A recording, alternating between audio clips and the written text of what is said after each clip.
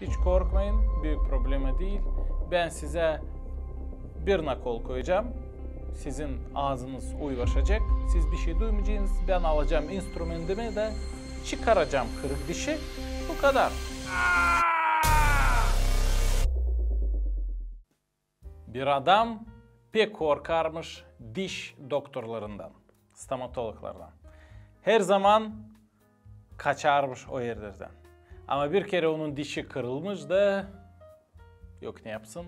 Gelmiş diş doktoruna da diş doktoru ona demiş hiç korkmayın, büyük problemi değil. Ben size bir nakol koyacağım.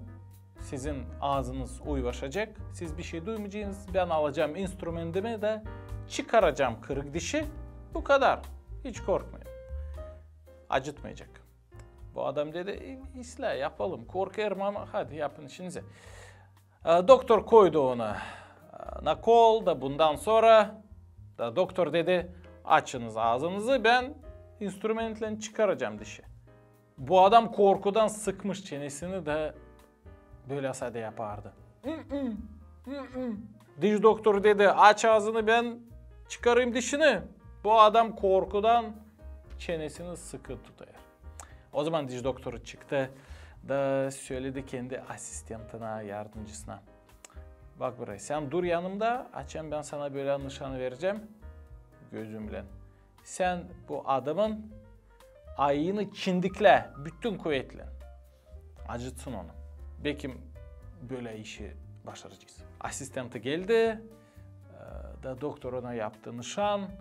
Bu asistant sıktı çindikledi onu ayından bütün kuvvetle. Bu adam korkudan şaşırdı da açtı ağzını. O zaman hemen doktor instrumentinden tuttu dişini de çıkardı. Bundan sonra doktor sordu pasyente bu adamda bu kadar acıttı mı sizi? Bu kadar adam korkardınız. Hepsi İslami. Bu adam dedi acıtmadı pek ama ben bilmerdim hani dişin kökleri böyle derin büyürler.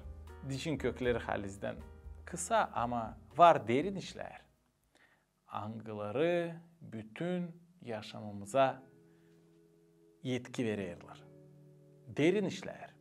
Bizim korkularımız, saklı sevgilerimiz derin işler. Biz de her gün işleyerek, yaşayarak, laf ederek insanlarla derin işleri laf etmeyiz. Laf ederiz işi, parayı, imeği, bilmem neyi.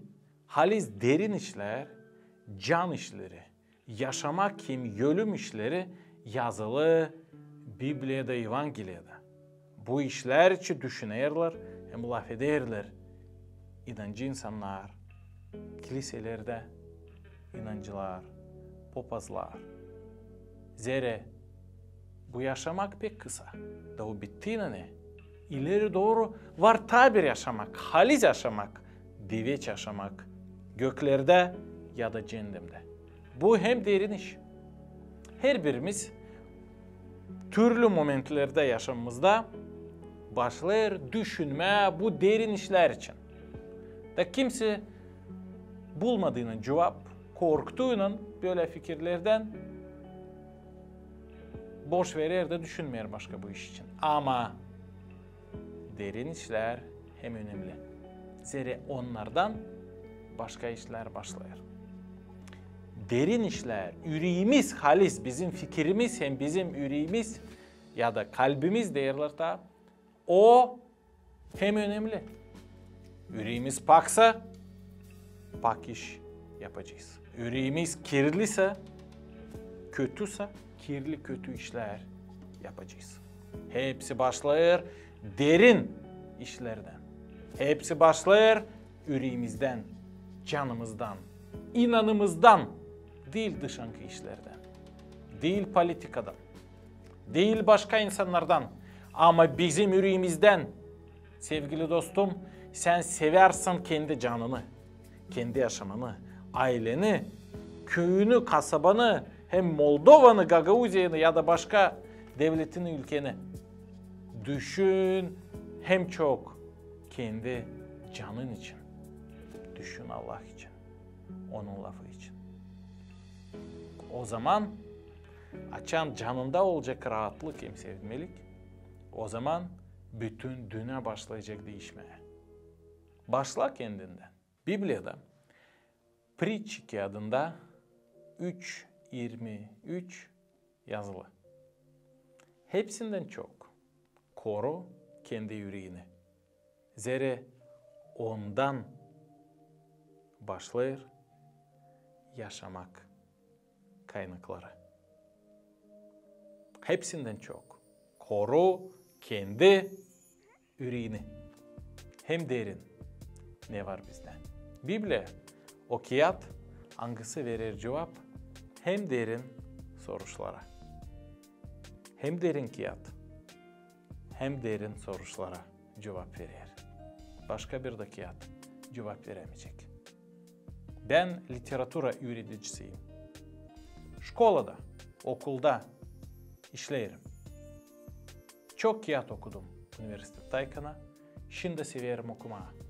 Ama Biblia gibi ta kağıt yoktu, olmayacak da.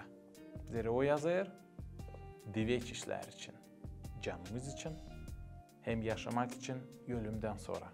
Allah'ımız için, İsus Hristos için, ayız üç birlik için, baba ol hem ayız duh için. Sevgili dostlar, Gagavuzlar, Türkler hem başkası kim seyreder, bizi sesler. Siz beğendiyseniz bu videoyu, Gagavuzca, halis derin işler için koyun like, yapın repost, yazın komentarı. Ne için? Daha çok insan görecek bu videoyu. Siz koyarsanız like, hem yazarsanız komentarı. Kalın sağlıcakla.